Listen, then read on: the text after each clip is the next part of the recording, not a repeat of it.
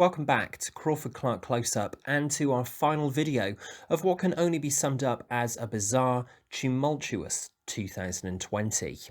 For the final video on the channel this year, we're going back to the beginning of December, where in a change to tradition over the last couple of years of reviewing a select number of Christmas films, I felt that we needed as much Christmas spirit as possible, so I set up the Christmas Challenge to see how many Christmas movies I could watch in 2020, and I invited you guys to share the Christmas movies you watched this year in the comments, which I still urge you to do on this video, along with your ranking of the movies you saw.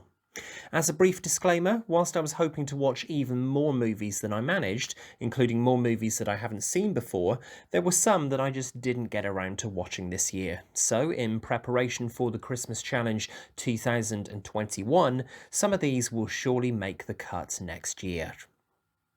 Now to the festive flicks I did watch this December, and with the full understanding that this is the most tenuous link I could make, I decided that as the big day is December 25th, I'd watch 25 Christmas movies. Don't forget, this ranking is subjective as always, so if your favourite Christmas movie appears low on my list, just bear that in mind. After all, I'm not right, these are just my choices.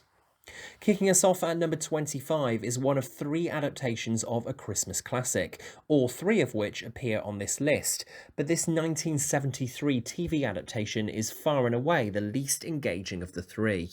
Miracle on 34th Street, the TV movie, is a slog to sit through. It looks cheap and has none of the magic of the 1947 or 1994 versions.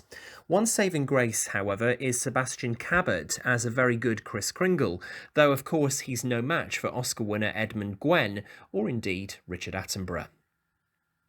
At 24, it's the saccharine, straight-to-DVD mess that is The Dog Who Saved Christmas Vacation. When your only selling points are New Adventures of Superman's Dean Cain as one of the bumbling villains, and Saved by the Bell's Mario Lopez and Paris Hilton voicing the two dogs of the story, you ought to be ready for a stinker. At 23, will undoubtedly be the most controversial placing in my ranking. It goes to Scrooged from 1988, the Bill Murray take on Dickens' A Christmas Carol. It's hokey, there are some humorous moments, but I just dislike Bill Murray.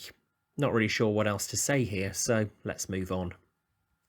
At 22, it's Home Alone 4. Certainly the worst of the four Home Alone movies I decided to watch this December, but also the first film on this ranking so far that I'd seen before. The family name McAllister is retained, and Kevin is still trying to outsmart Crooks, but those are about the only connections to the original Chris Columbus classics. The acting is actually better than most would have you believe for a TV movie, and Mike Weinberg is actually quite charming at times as a young Kevin, but there's certainly little else to redeem this festive turkey. Coming at number 21 is Ron Howard's Jim Carrey-led adaptation of Dr. Seuss's The Grinch Who Stole Christmas, a film which is celebrating its 20th anniversary this year. It's cute, with some decent performances, and Carrey hams things up beautifully as the titular lead who learns to accept the spirit of Christmas. At 20, boy, was I expecting this to be higher in my ranking until I watched it. It's one of the newest festive films on this list, 2019's Last Christmas. Emilia Clarke makes for an engaging lead as Kate, who is subscribed to making bad decisions in her life, until Henry Golding's Tom appears and tries to guide her to reach her potential. It's overly sentimental and very thin on plot, but improved by the George Michael soundtrack and the poignancy in the lyrics to Last Christmas. At 19, significantly lower than I was expecting, is the sequel that celebrates its 30th anniversary this year, Die Hard 2. It was asking way too much for number 2 to better the original, but I didn't expect it to pale so much in comparison to the original. Whilst William Sadler's Stewart makes for an intimidating heavy, he's nothing compared to Rickman's Hans Gruber of the original. The stunt work and special effects also look a little hammy and over the top in this sequel. This was a good reminder why I usually just stick to the original and best in this series. Number 18 is the Matthew Broderick and Danny DeVito-led Deck the Halls, perhaps one of the film's that's thinnest on plot in this ranking. Nevertheless, it makes you feel warm inside when the families come together and sort out their differences. Broderick and DeVito unwittingly perving on their teen daughters at a holiday parade also brings some laughs. At 17, we come to the next Home Alone movie in this ranking, 1997's Home Alone 3. The villains are an improvement over the fourth instalment, and the concept of the microchip hidden in the toy car works well. It's just a shame that everything else falls a little flat. Look out, however, for one of Scarlett Johansson's earliest screen roles. At 16, it's probably the cheesiest of all the Christmas movies I watched in 2020, the guilty pleasure Jingle All the Way from 1996. Arnie was beginning to slow down with the action movies, here playing a struggling father determined to find his boy a Turbo Man action figure on Christmas Eve, whilst maintaining the spirit of the holiday season. Playing his son, before he became young Anakin Skywalker, Jake Lloyd, who turns in one of the worst child performances committed to celluloid. It's entertaining at the very least when Arnie goes up against Sinbad and a band of corrupt Santa Clauses, and it's very quotable. That's about all you can say about this film. At 15, we come to the newest film on the list, the sequel to the 2018 Netflix hit The Christmas Chronicles. 2020's Part 2 sees young Kate from the first film less than impressed with her mum and her new boyfriend, and decides to cut her vacation short, before getting taken to the South Pole by a corrupt elf, before helping Santa and Mrs. Claus to bring power back to the North Pole. The CGI is heightened from the first film, and Kurt Russell and Goldie Hawn as the Clauses aside, who spark off each other brilliantly, this feels like a rushed sequel, with little of the emotional punch of the original. And this came from Christmas movie stalwart Chris Columbus. A fair but ultimately disappointing sequel. At 14, we go back to 1987 and the brilliant comedy duo of Steve Martin and John Candy in John Hughes' tale of frustration and pathos set during Thanksgiving. Planes, Trains and Automobiles. Martin and Candy spark off each other beautifully, and if the ending doesn't make you thankful for what you've got, then you've got no soul. At 13, it's a movie that's become a sugary holiday favourite since its debut in 2003. Richard Curtis's Love Actually is very corny and littered with far too many subplots that hinder the progress of the narrative, but the film boasts a terrific star cast and makes you feel warm inside. At 12, it's the first Christmas animated short to feature on this list, the Mel Smith-led Father Christmas from 1991. A mainstay on UK Christmas TV since its release nearly 30 years ago, this charming animation takes us into the life of Father Christmas on the other 364 days of the year when he's not riding his sleigh through the night delivering gifts. Mel Smith is inspired casting as Mr. Christmas, and his journeys from Scotland to Paris to Las Vegas are entertaining to watch. The crossover with Raymond Briggs' classic The Snowman towards the end and the soundtrack Another Blooming Christmas make this a must-watch every year. Just outside our top 10 this year at number 11 is Robert Zemeckis' stop-motion adaptation of A Christmas Carol from 2009. Jim Carrey plays a host of characters, including the curmudgeonly Scrooge, in this beautifully animated and surprisingly dark take on Dickens' classic novella. If you're anything like me, you'll have tears of joy on the freeze frame at the end of Tiny Tim atop Scrooge's shoulder as Andrea Bocelli's stunning God Bless Us Everyone takes us into the end credits. A highly underrated adaptation of a Christmas classic. Before we hit our top 10 Christmas movies watched this December, come and follow us on Facebook and find us on Twitter at Crawford-Clark Close-Up. You can drop us an email with suggestions for things we can review in 2021 to crawfordclarkcloseup@gmail.com, and you can find us on the movie app Letterboxd. Just search CC Close-Up. Most importantly, if this is your first time to the channel and you like what you see, consider clicking subscribe at the top of the page so you don't miss out on any new content. Kicking off the top 10, we start with a movie I knew I needed to see for the first time this year, because for whatever reason, I've always put off watching it. It's the timeless White Christmas from 1954. Bing Crosby and Rosemary Clooney lead a superb cast in this song and dance spectacular to help a failing Holiday Inn in Vermont. The musical numbers are fantastic, and the rapturous rendition of White Christmas at the end of the film will bring joy to even the hardest of hearts. At 9, it's the movie that the non-believers will tell you has nothing to do with Christmas. Sorry, but Die Hard is a Christmas movie. Bruce Willis has never been better than as John McClane, picking off the terrorists one by one at the Nakatomi Plaza on Christmas Eve. Alan Rickman is also fantastic as villainous Hans Gruber, and the film goes along at a zippy pace, relentless till the end, and its rendition of Let It Snow. No holiday season is complete without another replay of this action classic.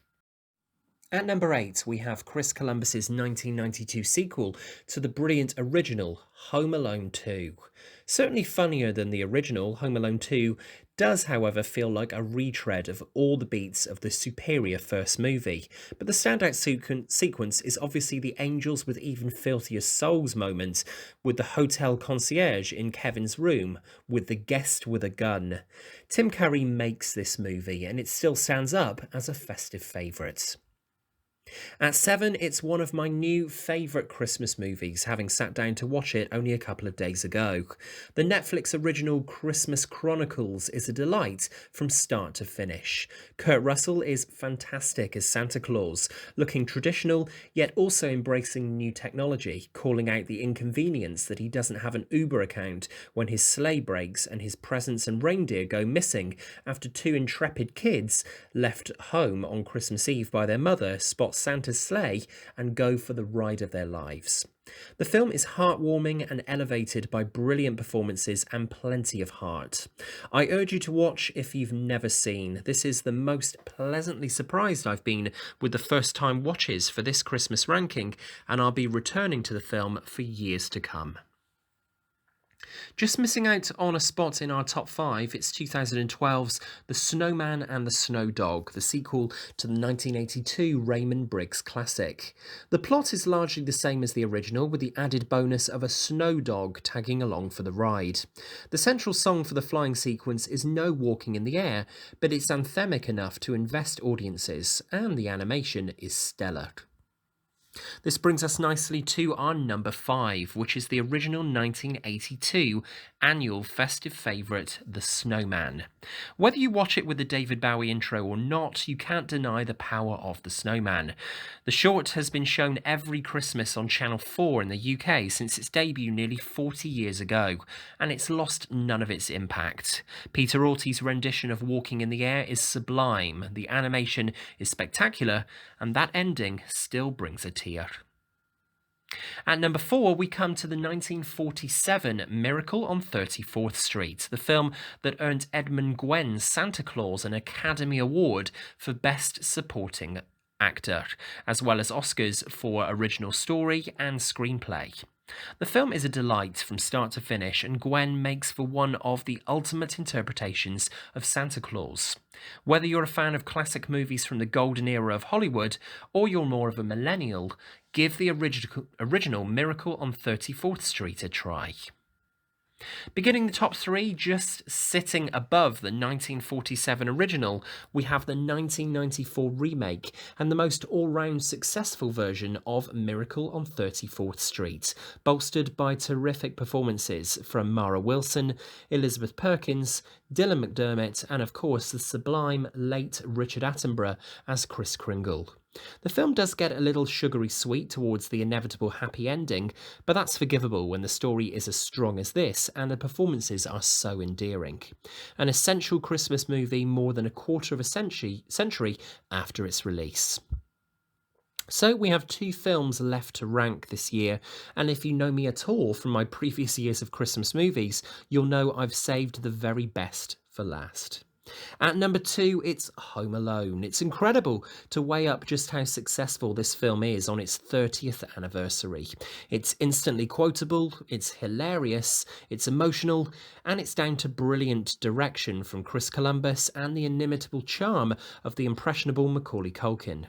Of course, we mustn't forget John Williams' stunning score for the film, somewhere in my memory just about cementing itself as the perfect Christmas movie theme. So number 1 is, of course, It's a Wonderful Life. Not only is it the greatest Christmas film ever, it's also one of the greatest films of all time. We all gravitate to the story of the underdog rewarded for their humility and their kindness, and James Stewart's George Bailey is just about the perfect protagonist in screen history. It's overwhelmingly emotional by the final frame, the cast are amazing to watch, and the film plays out like a dream. If you've never seen It's a Wonderful Life, you're missing out on so much. As we approach the end of 2020 and what has been an incredibly difficult year comprised of confusion, loss, abandonment, it's important to appreciate one another and not to take the things we have and the people we love for granted. So there we have it, the first Christmas challenge in the bag. What a year this has been. All I can say is thank you for all the new subscribers Crawford-Clark Close-Up has received this year, and we'll see you in 2021 to do it all over again, where hopefully we'll get plenty of new releases that we should have had this year, and also here's hoping we finally get to finish our James Bond retrospective and sit down to watch the much anticipated No Time to Die. This Bond fan can't wait much longer. All that's left to say is thank you to our frontline workers who continue to impress with their diligence and commitment to helping us fight this terrible virus. And we'll see you in 2021, where hopefully we'll be faced with a brighter horizon. Don't forget to share your Christmas viewing in the comments below, and Happy New Year. That's a wrap.